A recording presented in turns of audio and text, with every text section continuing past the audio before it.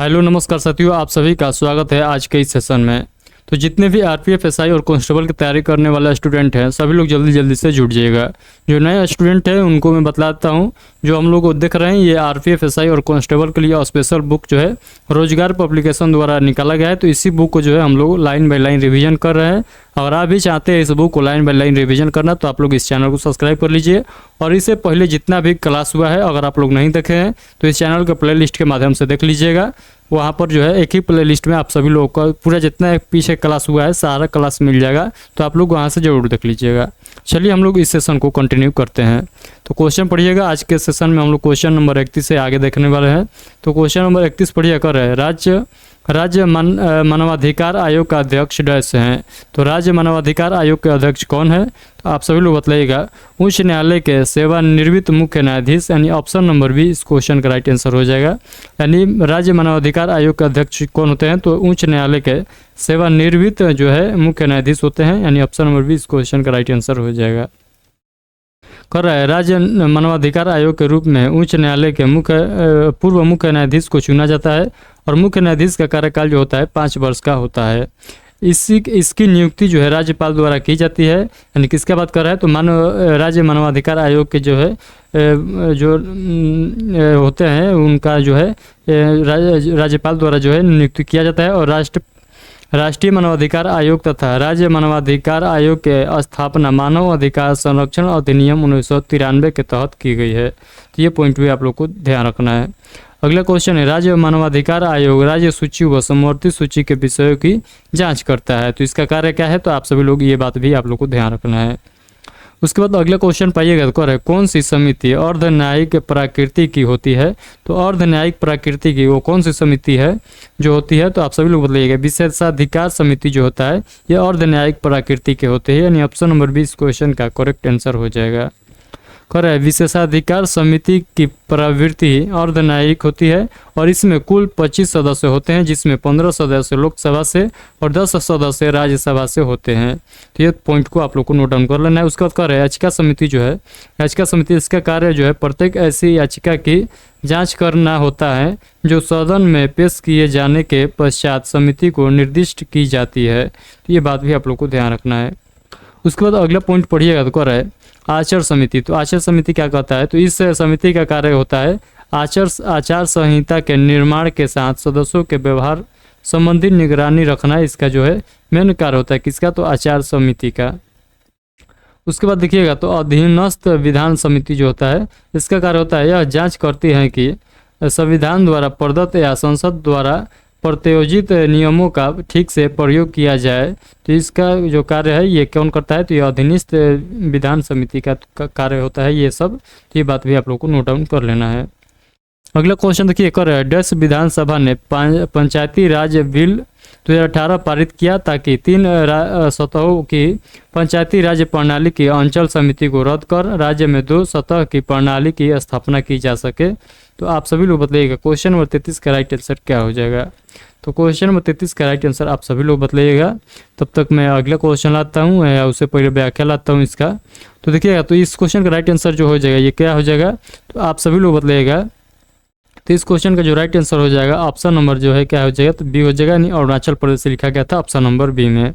कह रहा है 3 सतहों की पंचायती राज प्रणाली के अंचल समिति को रद्द कर राज्य में 2 सतह की प्रणाली की स्थापना विधानसभा ने पंचायती राज अधिनियम 2018 पारित कर अरुणाचल प्रदेश में की गई। तो ये जो कार्य है किस राज्य में किया गया है? तो ये जो है अरुणाचल प्रदेश में किया गया है। उसके बाद अगला पॉइंट कर रहा है, इस अधिनियम के पश्चात अरुणाचल प्रदेश में द्विस्तरीय पंचायती राज प्रणाली ग्राम पंचायत और जिला परिषद है। ये बात याद रखना है। तो जो है अरुणाचल प्रदेश में द्विस्तरीय जो है पंचायत राज प्रणाली लागू है। तो ये बात आप लोग को ध्यान रखना है 2018 से। अगला क्वेश्चन है, मध्य प्रदेश में त्रिस्तरीय पंचायत राज व्यवस्था है और आंध्र प्रदेश में वर्ष 1959 में पंचायती राज प्रणाली की शुरुआत हुई थी। उसके बाद अगला क्वेश्चन, हिमाचल प्रदेश में 2 स्तरीय पंचायत राज व्यवस्था है। तो हिमाचल प्रदेश में भी 2 स्तरीय पंचायत राज व्यवस्था है। उसके बाद अगला क्वेश्चन देखिएगा, भारतीय चुनाव आयोग की स्थापना कब की गई थी? तो भारतीय चुनाव आयोग की स्थापना जो है कब की गई थी? तो आप सभी लोग बताइएगा। 25 जनवरी 1950 ईस्वी को 25 जनवरी 1950 ईस्वी को भारतीय चुनाव आयोग का स्थापना किया गया था। भारतीय निर्वाचन आयोग का स्थापना 25 जनवरी 1950 को की गई और भारतीय निर्वाचन आयोग में 3 सदस्य होते हैं। तो आप लोगों से ये क्वेश्चन बार बार पूछा जाता है कि जो है निर्वाचन आयोग में कुल कितने सदस्य होते हैं, तो आप सभी लोग बताइएगा 3 सदस्य होते हैं, जिसमें एक मुख्य निर्वाचन आयुक्त होता है और 2 अन्य निर्वाचन आयुक्त होते हैं। तो ये बात भी आप लोगों को नोट डाउन कर लेना है। मुख्य चुनाव आयुक्त और अन्य चुनाव आयुक्त की नियुक्ति भारत के राष्ट्रपति द्वारा किया जाता है और मुख्य चुनाव आयुक्त का कार्यकाल जो होता है ये 6 वर्ष या 65 वर्ष जो भी पहले पूछ जाए वो माना जाएगा। तो ये बात भी आप लोग को ध्यान रखना है। अगला क्वेश्चन है, निर्वाचन आयुक्त का कार्यकाल 6 वर्ष या 62 वर्ष होता है। तो ये बात भी आप लोग को याद रखना है। अगला क्वेश्चन है, क्वेश्चन 35 पढ़िए, कर है निम्न में से किस समिति ने लोकतांत्रिक विकेंद्रीकरण की नीति की अनुशंसा की थी? तो ये हो जाएगा बलवंत राय मेहता समिति। तो बलवंत राय मेहता समिति इस क्वेश्चन का राइट आंसर हो जाएगा। बलवंत राय मेहता समिति की स्थापना 1957 ईस्वी में हुई और इस समिति ने लोकतांत्रिक विकेंद्रीकरण की नीति की अनुशंसा की और यह समिति त्रिस्तरीय प्रणाली पर आधारित थी। हनुमत राव समिति की स्थापना वर्ष 1984 ईस्वी में हुई और जीवी के राव समिति इस समिति का गठन वर्ष 1985 ईस्वी में हुआ था। ये सारे पॉइंट को नोट डाउन करते हुए चलना है आप सभी लोगों को। इस समिति का मुख्य कार्य गरीबी उन्मूलन और ग्रामीण क्या कर रहा है, तो ग्रामीण विकास करना था। तो इस समिति का जो मेन कार्य था यही था। उसके बाद अशोक मेहता समिति देखते हैं। तो अशोक मेहता समिति क्या कह रहा था, तो ये कहता है इस समिति की स्थापना जो 1977 ईस्वी में हुई थी। इसने त्रिस्तरीय प्रणाली के स्थान पर द्विस्तरीय प्रणाली को अपनाया था। तो ये समिति जो है द्विस्तरीय प्रणाली को जो है अपनाया था। तो ये बात भी आप लोग को नोट डाउन कर लेना है। अगला क्वेश्चन देखिए, कर अनुच्छेद 243 के सी किससे संबंधित है? तो आर्टिकल 243 के सी में क्या लिखा गया है, तो आप सभी लोग बताएगा पंचायतों की संरचना जो है आर्टिकल 243 के सी में उल्लेखित है। तो ये बात भी आप लोग को नोट डाउन कर लेना है। अगला पॉइंट है, अनुच्छेद 243 सी पंचायत की संरचना से संबंधित है और इस अनुच्छेद के तहत राज्य का विधानमंडल कानून द्वारा पंचायतों की संरचना का उपलब्ध कर सकेगा और 6 से कम आयु के बच्चों की प्रारंभिक देखभाल और शिक्षा का प्रावधान अनुच्छेद 45 में पारित सम्मिलित है। और अगला पॉइंट पढ़िएगा, संघ का नाम और क्षेत्र अनुच्छेद 1 में दिया गया है। तो ये आप सभी लोग जानते हैं। यूनियन ऑफ स्टेट जो है किसमें बात किया गया है, तो आप लोग को याद रखना है आर्टिकल 1 में बात किया गया है। प्राण एवं दैहिक स्वतंत्रता का संरक्षण का उल्लेख अनुच्छेद आप सभी लोग जानते हैं आर्टिकल 21 में है, प्राण एवं दैहिक की स्वतंत्रता। अगला क्वेश्चन देखिएगा, संविधान में उल्लेखित बजट को कहा जाता है। संविधान में उल्लेखित बजट को क्या कहा जाता है? इसे वार्षिक वित्तीय विवरण कहा जाता है। तो बजट का फुल फॉर्म आप लोग याद रखिएगा, वार्षिक वित्तीय विवरण हो जाएगा। अगला पॉइंट है, वार्षिक वित्तीय विवरण का उल्लेख अनुच्छेद जो है 112 में है और वार्षिक वित्तीय विवरण के माध्यम से दोनों सदनों के समक्ष भारत सरकार की अनुमानित प्राप्तियों और खर्च का वितरण रखा जाता है। उसके बाद अगला पॉइंट पढ़िएगा, तो वार्षिक व्यय। तो वार्षिक व्यय जो होता है 12 महीनों की अवधि के समय दिया गया खर्च होता है और लेखा विवरण जो होता है यह एक प्रकार का दस्तावेज है जो एक निश्चित समय के लिए आपके और ग्राहक के बीच लेन देन को दर्शाता है। ये सारे विवरण को आप लोग को एक करके याद रखना है। उसके बाद अगला क्वेश्चन देखिए, कर रहे चुनाव की कौन सी व्यवस्था बहुमत व्यवस्था के नाम से जानी जाती है? तो ये जो है ये सर्वाधिक मत प्राप्त व्यक्ति की विजय यानी फर्स्ट फास्ट द पोस्ट यानी ऑप्शन नंबर बी इस क्वेश्चन का राइट आंसर हो जाएगा। चलिए हम लोग आगे के क्वेश्चन को इसी प्रकार कंटिन्यू करते हैं। अगर आप लोग अभी तक इस सेशन को लाइक नहीं किए हैं तो आप सभी लोग लाइक कर दीजिएगा और अपने दोस्तों के पास शेयर कर दीजिएगा जो आरपीएफ एसआई और कांस्टेबल की तैयारी कर रहे हैं। तो उन दोस्तों के पास शेयर जरूर करिएगा इस सेशन को। कर है सर्वाधिक मत प्राप्त व्यक्ति की विजय बहुमत व्यवस्था के नाम से जानी जाती है और इस व्यवस्था में मतदाताओं द्वारा अपनी पसंद के उम्मीदवार के लिए अपना वोट डाला जाता है। उसके बाद आप लोग देखिएगा अनुपातिक प्रतिनिधित्व। तो अनुपातिक प्रतिनिधित्व यह अवधारणा मुख्य रूप से मतदाताओं के बीच राजनीतिक विभाजन पर लागू होती है।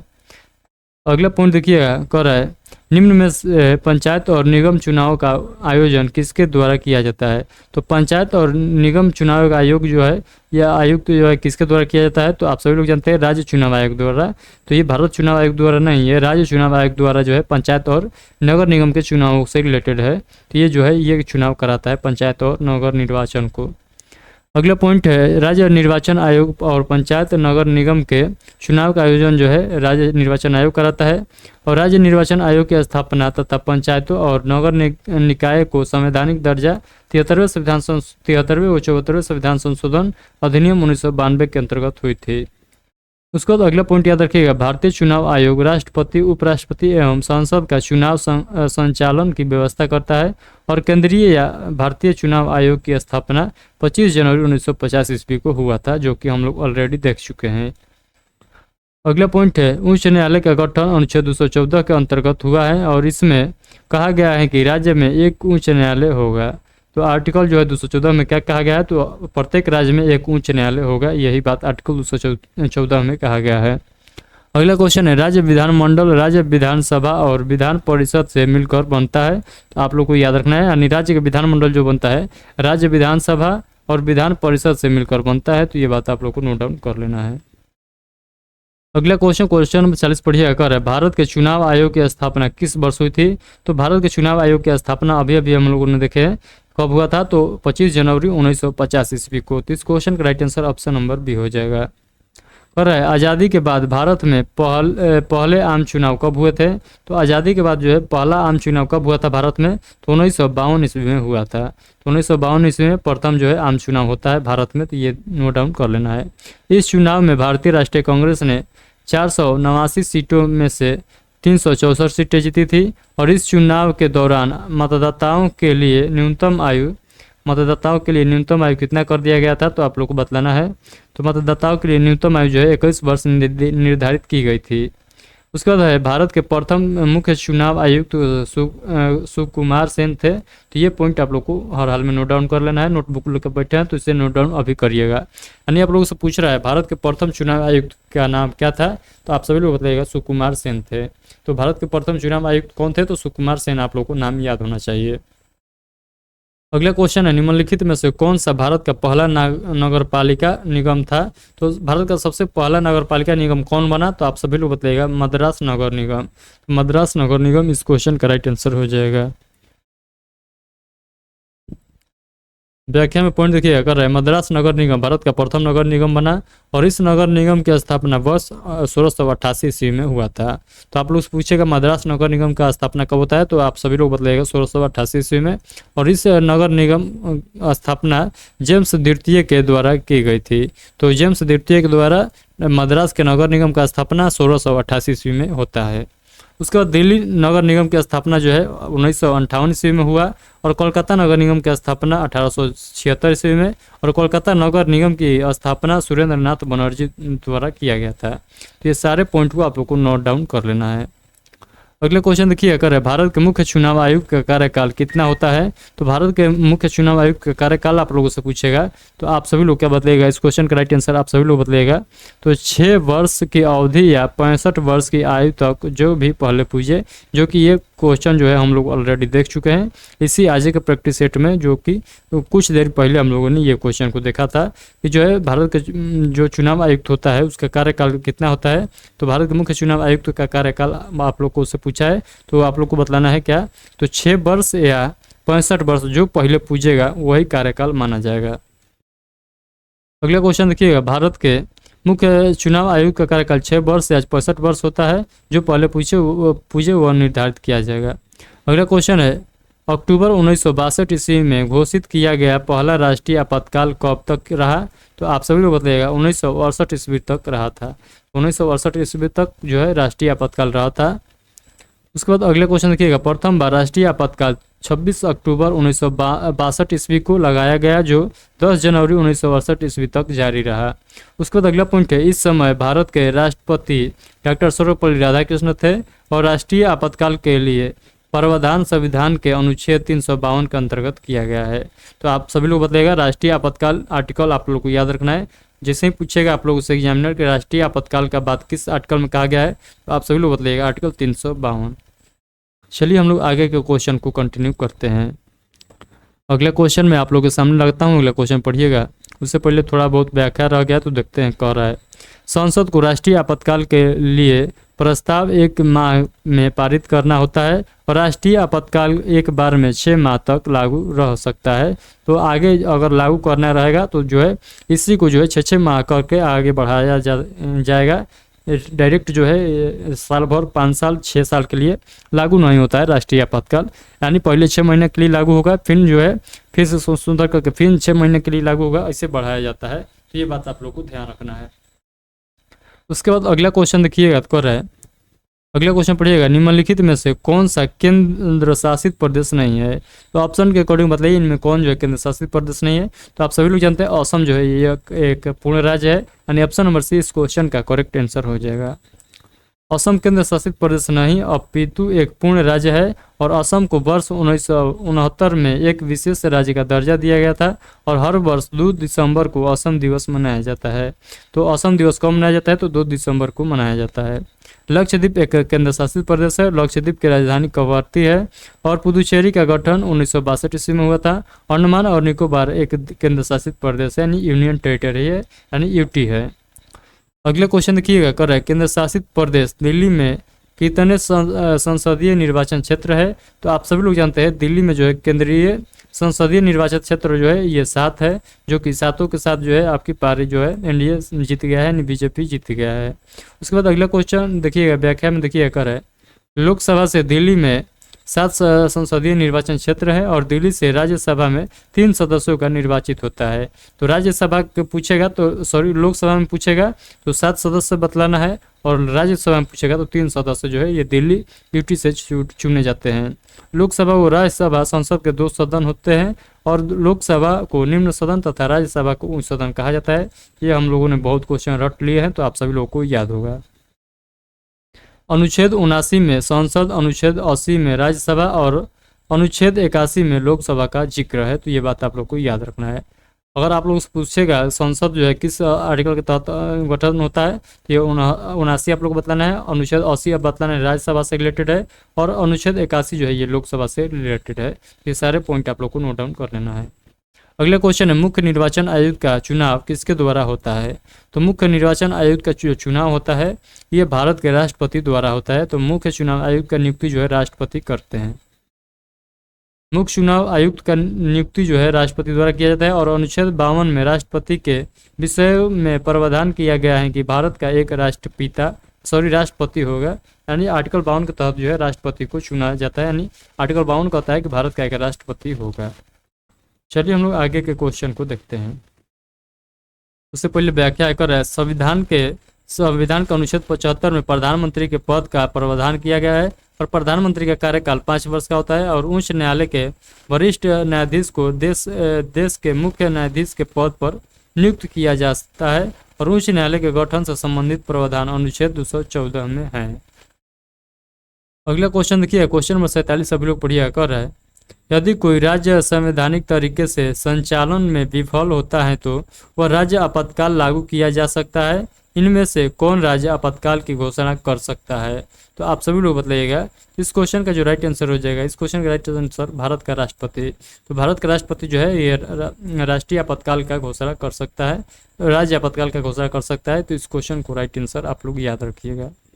कर रहा है, संविधान द्वारा प्रदत्त अनुच्छेद 356 में प्रावधान है कि यदि किसी राज्य का शासन संवैधानिक तरीके से नहीं चल रहा है तो राष्ट्रपति वहां राष्ट्रपति शासन लागू कर सकता है। तो आप लोगों को एक पॉइंट याद रखना है, आर्टिकल 356 पूछेगा तो आप सभी लोग बताइएगा जो है राज्य आपातकाल से संबंधित है, यानी राज्य आपातकाल से संबंधित आर्टिकल 356 बतलाना है। तो ये बात आप लोगों को ध्यान रखना है। भारत के मानवाधिकार का उल्लेख अनुच्छेद 76 में प्रदत्त है और राष्ट्रपति और सर्वोच्च न्यायालय के मुख्य न्यायाधीश और राज्यपाल से सलाह करके उच्च न्यायालय के मुख्य न्यायाधीश की नियुक्ति करते हैं। उसके बाद अगला पॉइंट देखिएगा, कर है राज्यपाल की नियुक्ति राष्ट्रपति करता है और राष्ट्रपति 2 या 2 से अधिक राज्यों के लिए एक राज्यपाल नियुक्त कर सकता है। तो ये बात आप लोग को ध्यान रखना है, यानी एक राज्यपाल जो है एक राज्य या 2 राज्य या 3 राज्य मतलब एक से अधिक राज्यों के लिए भी राज्यपाल बन सकते हैं। तो ये बात भी आप लोग को ध्यान रखना है। तो ये सारे पॉइंट आप लोग पढ़ लीजिएगा। उसके बाद अगले क्वेश्चन पढ़ते हैं, कर रहा है भारत में राष्ट्रीय आपातकाल अब तक कितनी बार लागू किया गया है। तो अब तक जो है भारत में राष्ट्रीय आपातकाल कितने बार लागू हो चुका है। तो चलिए देखते हैं हम लोग कितने बार लागू हो चुका है। तो आप सभी लोग जानते हैं अब तक जो है 3 बार लागू किया गया है। कब कब, तो आप लोग याद रखिएगा। प्रथम बार जो है 1962 में जो है भारत चीन युद्ध के समय किया गया था। उसके बाद द्वितीय बार जो है ये 1971 ईस्वी में भारत पाक युद्ध के समय किया गया था। और तृतीय बार कब किया गया था, तो तीसरा बार जो है 1975 से 77 ईस्वी तक किया गया था। आंतरिक अशांति के कारण किया गया था। तो ये सारे पॉइंट आप लोग को याद रखना है। यानी 3 बार अब तक राष्ट्रीय जो है आपातकाल लग चुका है। उसके बाद अगला क्वेश्चन है, नगर पालिका का सदस्य बनने के लिए आवश्यक न्यूनतम आयु में निर्धारित किए गए अनुसार है। तो आप लोग को बतलाना है जो न्यूनतम आयु है कितना है। तो नगर पालिका का सदस्य बनना है तो सबसे मतलब न्यूनतम आयु आप लोग को बतलाना है, यानी कम से कम कितना वर्ष का होना जरूरी है। तो आप सब लोग बताइएगा 21 वर्ष। अगर 21 वर्ष का आयु आप लोग का पूरा हो चुका है तो आप लोग जो है नगर पालिका का सदस्य बन सकते हैं। अगला क्वेश्चन है, नगर पालिका का सदस्य बनने के लिए न्यूनतम आयु सीमा जो है 21 वर्ष होनी चाहिए। और नगर पालिका एक प्रशासनिक इकाई होती है और इसका कार्य जो है जल आपूर्ति करना और साफ सफाई, पर्यावरण संरक्षण, गरीबी उन्मूलन आदि है। ये सारे पॉइंट आप लोग याद रखिएगा।